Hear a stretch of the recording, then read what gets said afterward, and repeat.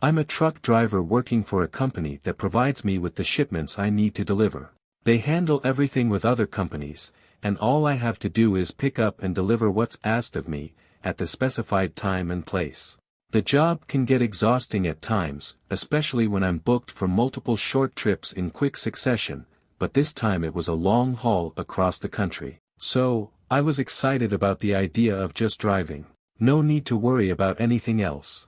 I was headed from the west coast to the east coast, and it was my second day on the road. I had planned to drive from 12 p.m. to 12 a.m. I don't really care much about where I sleep, usually just pulling into the nearest truck stop, so I didn't need to plan ahead for any specific town. Around 9 p.m., I stopped at a small gas station, filled up the tank, and tried a caffeine drink from some unknown brand. Then I got back in the truck and set off again. I only had 3 hours left to drive, and although the roads were getting quieter, the journey was expected to be smooth. I turned on some country music and started staring at the road. My mind wandered off, thinking of anything that came to mind. Then, I think it was around 11 p.m. I heard a sound, a rough voice suddenly snapping me out of my trance. It was coming from the radio. I had tuned into the channel truckers usually use to chat while driving, but that's typically a daytime thing. I don't remember the last time I heard anyone on the radio at night. I checked my mirrors, no trucks nearby, and no one ahead of me either. Before I could grab the radio, the rough voice returned, and for a brief moment, I heard something that sounded like, "Hello," or "Help me," before it cut out again. Of course, there's a big difference between the two, so I picked up the radio and asked if anyone needed anything. I waited for a while, holding the radio and listening to the faint static it emitted. A strange, unsettling feeling started creeping in as I waited, but no response came. Then, my headlights illuminated something on the road ahead of me. I slowed down, and when I saw that the object wasn't moving, I pulled over and got out. There was a semi-truck parked in the middle of the single-lane highway. I was sure this was the truck I'd heard over the radio since there were no other trucks around us. The way it was parked in the middle of the road was alarming, and I knew something was wrong. I thought maybe the driver had a sudden heart attack or stroke or something like that. It might sound crazy, but it would explain the sudden stop and the call for help.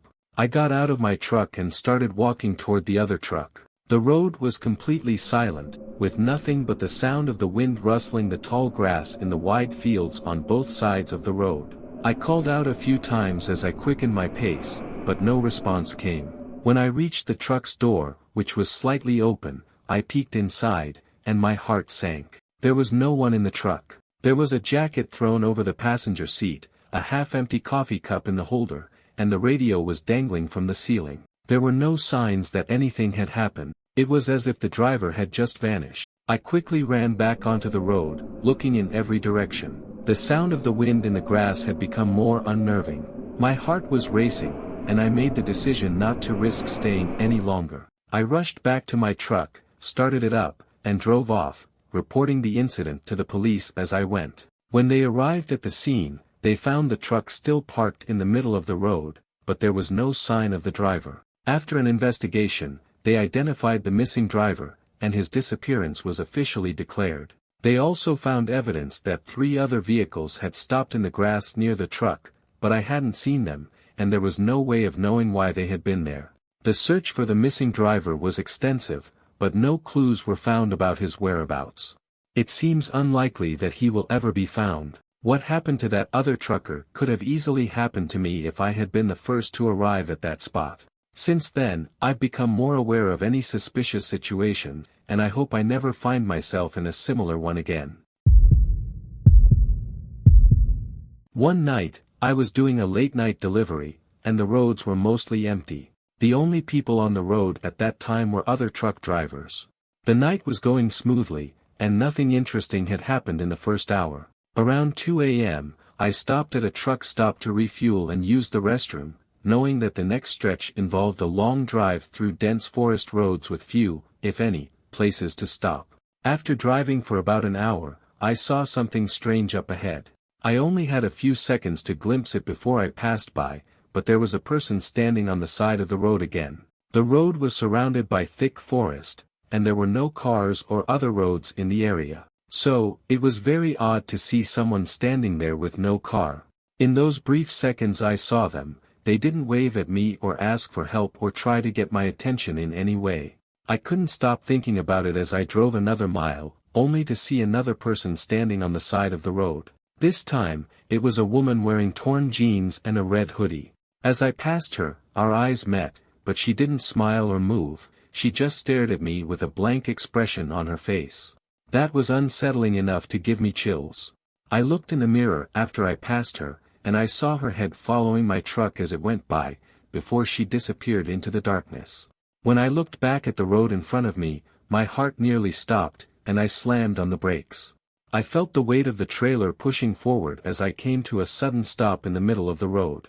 There was a body lying across the road. It was stretched flat across the pavement, and I couldn't tell if it was alive or not. It wasn't moving, but I also didn't see any signs of an accident. There was nothing else on the road, and the way it was lying there didn't suggest a car had hit it or anything like that.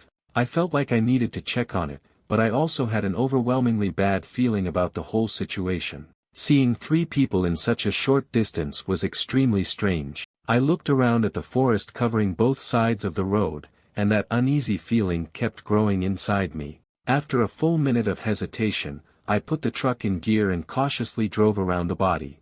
My heart was still racing, and as I finally managed to get past the body and started moving again, I glanced in the mirrors one last time. The body was no longer on the ground. It was standing, staring at me as I drove away. My eyes were wide open for the rest of that trip, utterly terrified.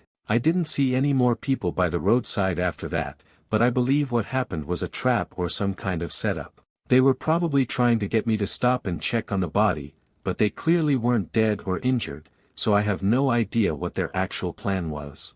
Seeing those other people means there's no telling how many others might have been in the forest or even sitting beside the road, waiting for me to get out of my truck. Even thinking about that night still sends shivers down my spine. I was driving a truck from Omaha, Nebraska, to Fargo, North Dakota. In fact, it was a regular route I took several times a month. Personally, I loved it. The entire journey passed through flat farmland, making the driving incredibly easy, and there was almost no traffic. Since I traveled this road frequently, I always stopped at the same points, including the truck stop where I would rest. It was a truck stop located between 2 very small towns in South Dakota. This stop was larger than usual, and because there were very few truck drivers traveling this route, the stop was always nearly empty. Maybe 2 or 3 trucks would be there at any given time. Anyway, things went smoothly on the first day, and I reached the stop around 1 a.m. But as soon as I arrived, I felt that something was off. The building there was completely boarded up, the gas pumps looked as if they had been ripped from the ground, and the lights that should have illuminated the lot were all off. It appeared that the stop had fully closed down and was abandoned. I wasn't really surprised, but it disrupted my usual routine. I either had to continue driving for another hour or try to sleep in that dark, deserted place. On another day, I might have said it was fine to sleep there, but for some reason, that night, I didn't even consider it. Without thinking, I got back on the highway and resumed driving, but soon regretted my decision. I struggled to stay awake, managing to drive for only another 15 minutes before I pulled over to the side of the road to try and shake off my drowsiness. As I stood there, I looked around through the windows.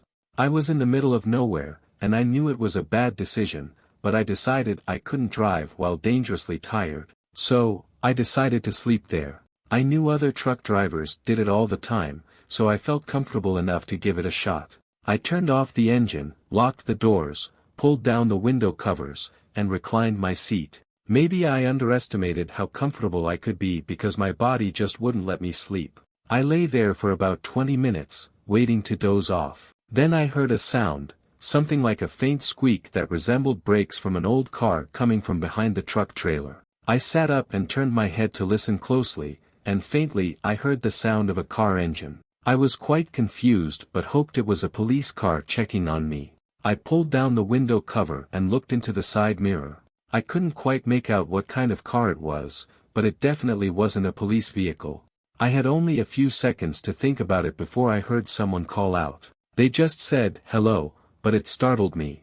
I felt an urgent need to leave. I started the truck. This truck isn't quick to start up, and as soon as the person heard the engine, they quickened their steps. They rushed up to the passenger door and began pulling the handle violently. The moment I started moving, the man jumped and clung to the door while looking at me through the window. He seemed to be in his early 40s, had a thick brown and white beard, and wore a dark hooded jacket. He was banging on the glass as I continued driving down the highway. As I picked up some speed, he became frantic, shattering the window. My eyes focused on the broken glass, but when I looked outside the door, the man had vanished. I saw him in the mirror, rolling onto the road. Either he jumped from the door or lost his grip.